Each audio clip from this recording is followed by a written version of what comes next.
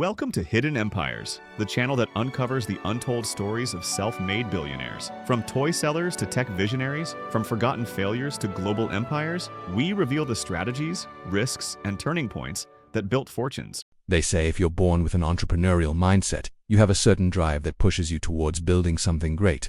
Maybe it's a need to solve problems or a desire to leave your mark on the world. Whatever the reason, you feel compelled to take risks, blaze trails, and carve out your own path to success.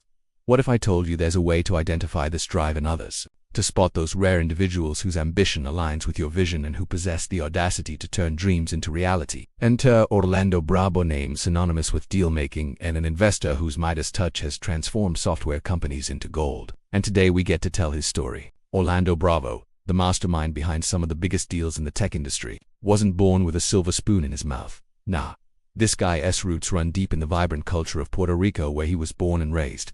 Talk about humble beginnings, but don't let that fool you. From an early age, Bravo was no ordinary kid. While others might have dreamed of sunshine and surf, Bravo was all about hitting the books and climbing the academic ladder. First stop, Brown University, where he earned his bachelor's degree, before heading to Stanford to conquer both a law degree and an MBA. Talk about a power combo.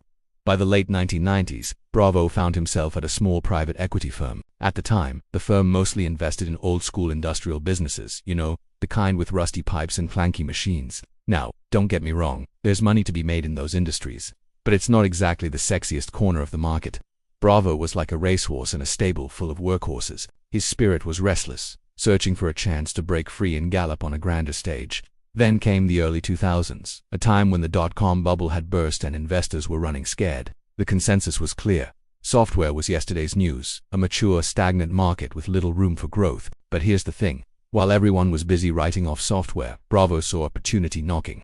He noticed companies with solid products but shaky management, recurring revenues, but no clear strategy.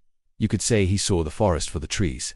The challenge was convincing his colleagues. Most folks at the firm believed that chasing software deals was a fool's errand. They argued that the industry had seen its best days and the window for growth had slammed shut. But Bravo wasn't one to back down from a good fight. He passionately advocated for a new approach, a bold move away from the firm's traditional investments and smack dab into the heart of software. And guess what? He won them over. They agreed to let him lead this crazy endeavor, christening it Thoma Bravo, a nod to his last name and the software industry's binary code.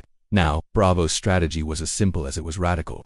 Buy undervalued software companies, shake things up with hands-on management changes, and scale, scale, scale, scale. Before selling or taking them public, it was a formula that hadn't been tried and tested on a large scale.